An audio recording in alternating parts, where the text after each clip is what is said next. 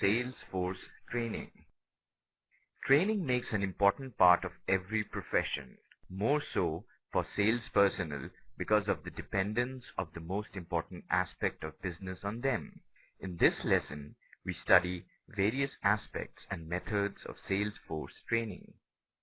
It follows from the previous slide that after studying this lesson, you should be able to analyze the role of training, enumerate the methods of training, compare customer sales training and industrial sales training.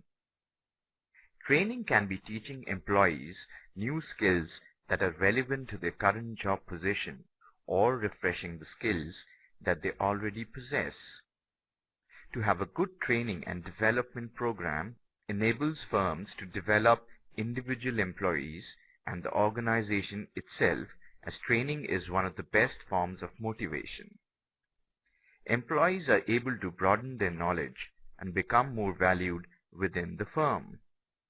Having a well-trained workforce is greatly beneficial for a company as employees are likely to be more motivated and target-driven.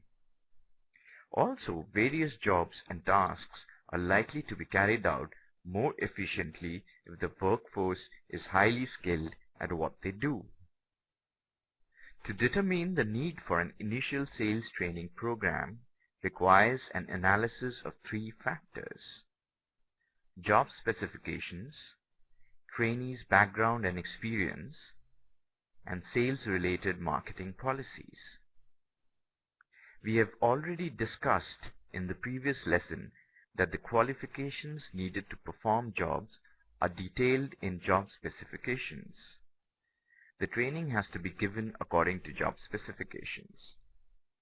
Upon selection, each individual enters the initial sales training program with a unique educational background and experience record. Training has to be given according to the sales personnel's background and experience.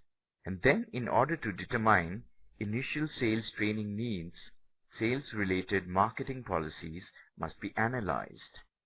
Differences in products and markets mean differences in selling practices and policies, which in turn means differences in training programs. The training is then given on varied basis. Marketplace is subject to constant change, and these changes are opportunities to communicate to a varying and mobile audience. During the training, sales staff is informed about the location of the market where the company's products are already sold.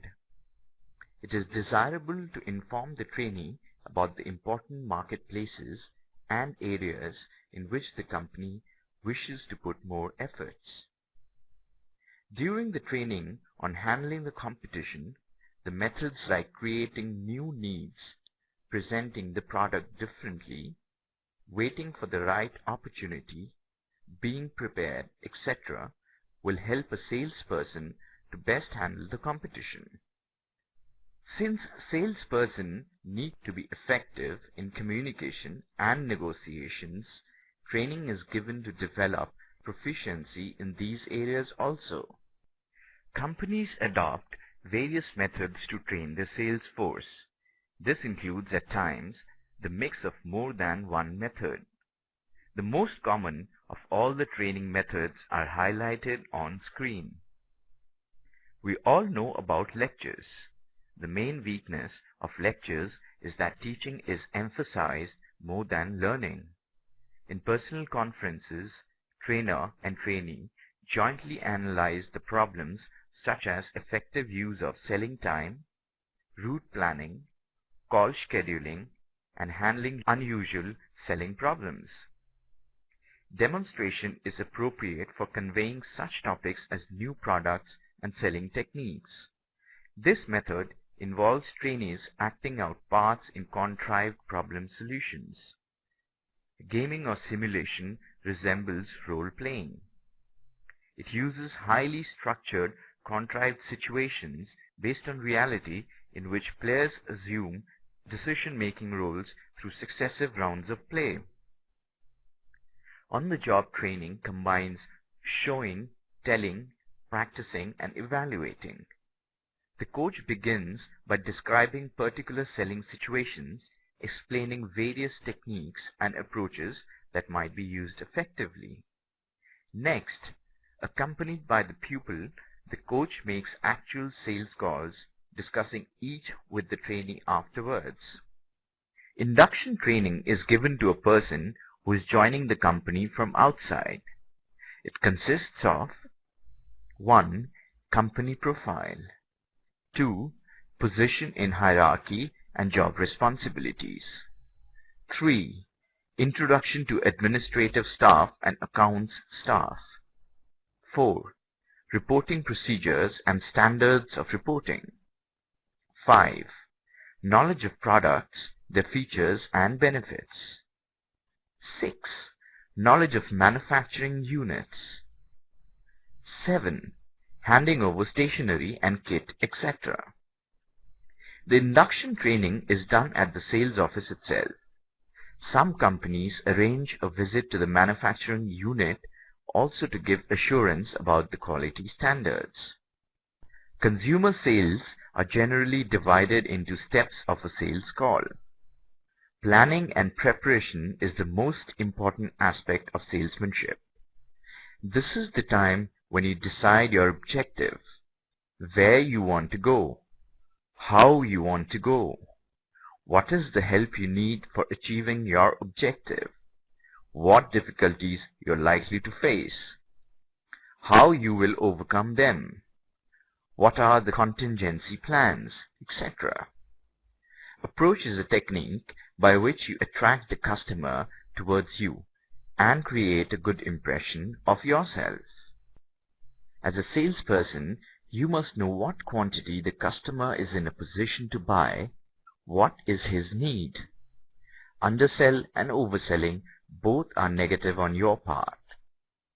Brand talk is talking good about the product, but the objective is not to fool the customer, but to convince him of the goodness of the product and its superiority over competition.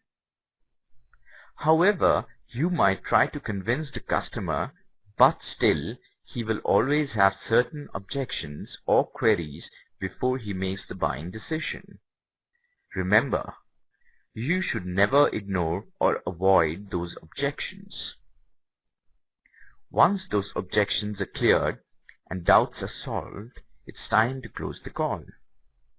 Close of call is securing the order and making the sale. You should seek every opportunity to close the sale immediately after checking the stock to decide the need. In an industrial sale, the emphasis shifts from brand talk to negotiating the terms of sale, because in this case, the buyer is the final user, and he does not buy a brand but need a satisfier.